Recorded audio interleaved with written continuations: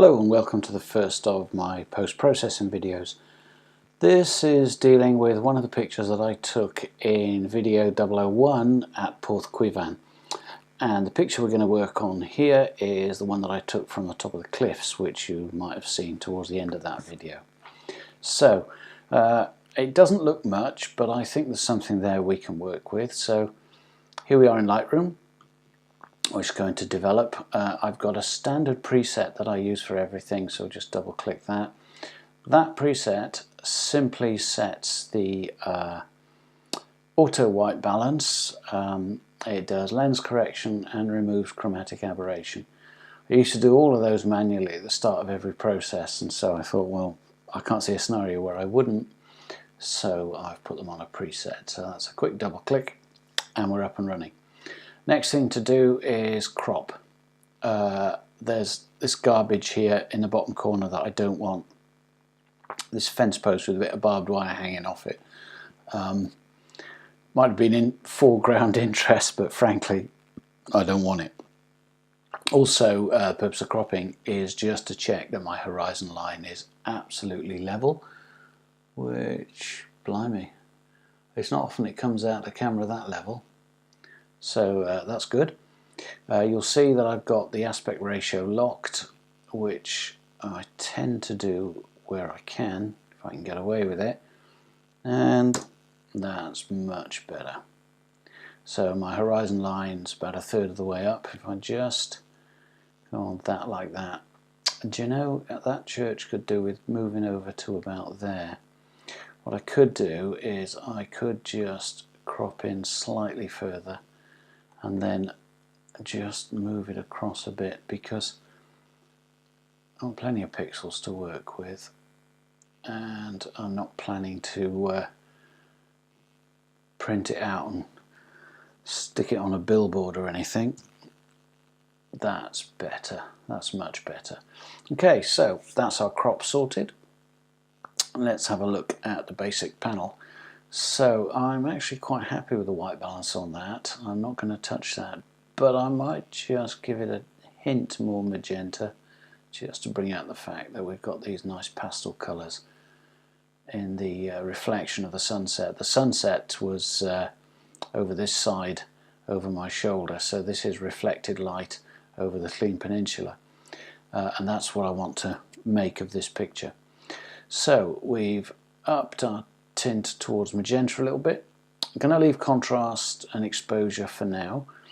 We'll take our highlights down so it creates a little bit more depth of colour in that sky, and we'll bring the shadows up so we get some detail in the church and the island.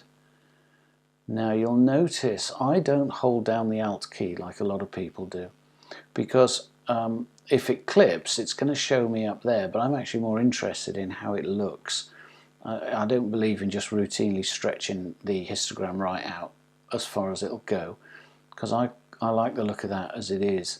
So with the whites and the blacks, I don't hold down the Alt key like most people do. What I tend to do is leave that.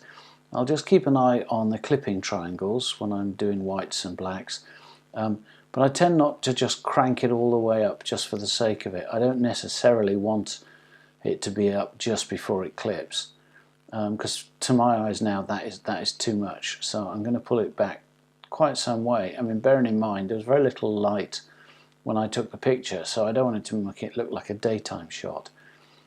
Push the blacks down. There's very little black colour in this. You can see it's just clipped there, so if we put it there like that, that's nice. That's given me a nice range. Nothing clipped, so we're okay there. When I do other adjustments later on, I always keep an eye on those clipping, because sometimes you'll find that those little clipping triangles do light up as you do other adjustments. So we'll give it some contrast, not too much, and a little bit of clarity. Yeah, I like that, that's great. Now the next thing to look at is vibrance and saturation, to give it a little more colour and pull through the information that the camera has captured but isn't apparent to the naked eye at the moment. So I'm going to pull the vibrance up a little bit. It won't make a lot of difference because the colours are all pretty subtle. Saturation just a little bit more. We don't want to overdo this because it's going to start to look silly, but at the same time we want to reflect the mood of the scene. So I'm happy with that for the moment, but I haven't yet put any filters on, so you'll see how that impacts. So we're going to put a grad filter at the top here, hold the shift key down so it stays level. Pull it down quite a way, and I'm not going to want too much on the church itself, so we'll pull this down a stop, about there. That's not too bad. A little trick that I use a lot on skies, because I like skies and we get some amazing skies around here, so just a hint of dehaze, and I find it separates out those colours really well. You see it's starting to look interesting now. That should just about do it. I might give the sky just a wee bit more magenta, not too much. There, that looks pretty good. Now, problem we've got here is that this line here is where the filter effect is at 50%, and that means we've actually, just in this area here, we've darkened down the church. Not too worried about the rocks, they're pretty dark anyway, but I want the church to stand out a wee bit. So what I'll probably do with that is just I'll apply a brush filter, I think, and just bring that back up a little. Or actually no, what we could do if we go on here and use erase. How much feather have I got there? 5. Let's pull that up a wee bit. When would I have used feather of 5? Obviously did at some point. So let's just get this brush a little bit bigger. All we're going to do is just erase the effect of the filter. Okay, that's not too bad. This is only for an online picture. It's not for a portfolio. It's certainly not good enough, so I'm kind of not too worried, but that just counters the effect of the grad filter a little bit. Now what we need is another grad filter, because this area of sea is far too bright. It's just pulling your eye towards it. I want it there for context, but I don't want it to be as in your face as this. So another grad filter up there like that. This time we're not holding the Alt key because we don't want it to. I'm just going to squeeze up these lines a little. I don't want it to be level. That follows the line of the rocks nicely. And again, just bring the exposure down, and you see now that to me looks much better. Reflecting the colour in the sky, giving the whole image a nice pastel view. Okay, so that's our filters all done. We've dealt with our basic panel. Detail, not going to do sharpening in Lightroom. I don't do sharpening in Lightroom these days. A little bit of noise reduction, just say 20. I'm not going to do any pixel peeping because I know that it's not too noisy, but 20 will just smooth out anything that might be kicking around. So that's starting to look a lot better already. What I do want to do is just shift my orange over to red just a bit, yellow across to orange just a bit, just a wee bit more punch in that sky, because it's not looking too bad now. We'll just give it a wee bit more saturation, not too much, just a hint, because we're going to do some more work in Photoshop shortly. I'm going to leave the luminance as is. You know, I'm quite happy with that. That's not looking too bad at all. Last thing before we port it out to Photoshop and finish it off is, I know it's cheesy, but it's my picture and I don't care. I just quite like a little vignette. I just like to draw the eye in. So we pull it in, and now you're looking at that thinking, what is he doing? That's far too much. What I do is I feather it back out and then pull it back out again. And that looks good to me. So now I've got pretty much everything done. I go back to my basic, and this is where I start playing. So you see my blacks are now clipped because of what I've done since then. So what I've seen people do is they do their basic panel, they move on to the other adjustments, and they don't often come back and revisit the basic panel. They go, oh, that's all done, I can leave that now. But actually, what you've done later on can have quite an impact. You'll see here, my blacks are clipped horribly, so we'll just bring them back up a smidgen. Now you'll see they're still clipped, but I'm just going to bring the exposure up a touch. There. And you'll see it's washed out some of the colour by pulling the exposure up, but I'm not worried about that because we're just about to head over to Photoshop. So that's Lightroom all dealt with. Nothing else to do there, quite happy with that. Not doing any split toning, no detail, don't need to play with the tone curve. I'm quite happy with that so far. Let's just, there you go.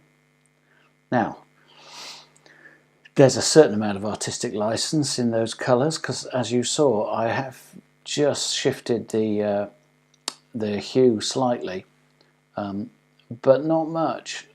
So really what we've got there is just a hint of magenta and playing around with the exposure. So that's that so far in Lightroom. So the next thing to do is we're going to go edit in and export to Photoshop as a smart object. I always export it as a smart object, I should say, because it retains all of those adjustments information in the smart object. So if I want to tweak anything when I'm in Photoshop, all of those adjustments are available to me. So come on, Photoshop. It's taking its time. You'd think that on a modern iMac it wouldn't take this long. Okay, there we go. So here we are in Photoshop. And actually there's not a lot to do to finish this off.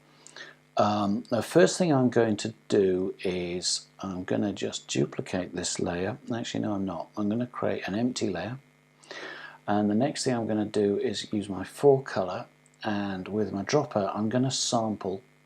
You see I've got 3x3 average set up there, sampling all layers. Just want to pick up that pink, that salmon pink. Actually that's a bit too light. What about, yeah, that should do it. That's a little bit more like it. So I picked up that salmon pink. Sorry, that's slightly out off screen. Okay. So I've now got that loaded into my 4-color. And all I'm going to do now is switch to a brush, great big brush, and I'm just going to paint it all on there rather like that. I use a graphics tablet for this sort of thing because it makes life so much easier than faffing about with a mouse. Okay, so we're just almost like a pink grad filter. So the next thing we're going to do is we're obviously going to mask this. So we'll create a mask, and there we are. And then I'm going to image, sorry, you can't see my menu because it's actually outside the window. I've got a huge monitor, and if I ran it full screen, by the time I crunched it up for YouTube, you wouldn't be able to see anything. So trust me, I'm going image, apply image. And there's our apply image, and it's multiply 100, and so now you can see through it. Okay. And it's only needing to mask because I've only painted so far down the screen. You'll see the mask there, but I need to do the same thing again so that I get a much more refined mask. Okay, so that's it off, that's it on. Just picking up that exact tint is probably a little bit too much, so I'm just going to reduce my opacity, say 70%. Yeah, that works for me. And finally, we'll take this layer, copy it, move it up to the top, and again I'm going image adjustments, black and white, so we make that monochrome, and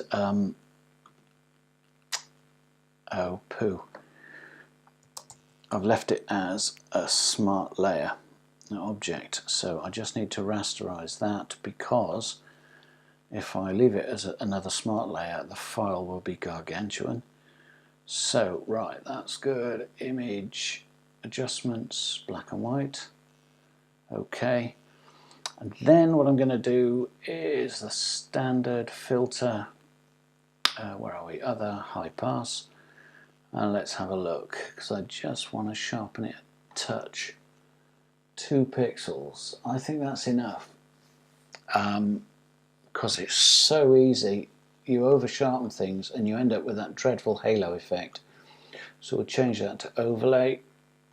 Oh yeah, that's good. So you see, well, I don't know if you can actually on YouTube, but that's just given that church a little bit of punch, and also the stonework around here. I'm really happy with that. Okay, so that's pretty much it.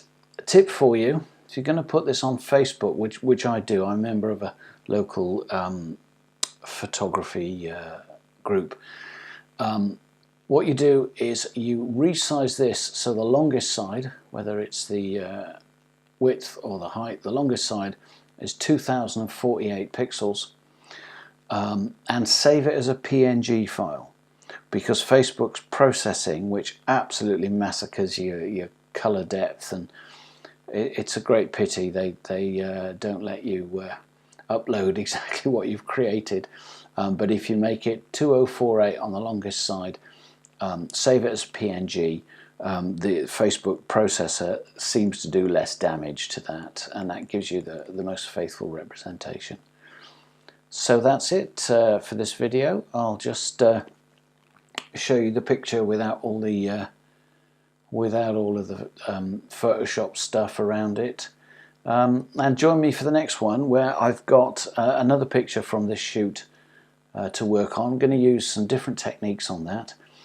Just one last thing, in case you're wondering, what I'll now do with this is, if I save this and it saves it as a TIFF, you'll see it gives it a file name, appends edit.tiff. And if I go back to Lightroom, you'll see that's now in Lightroom.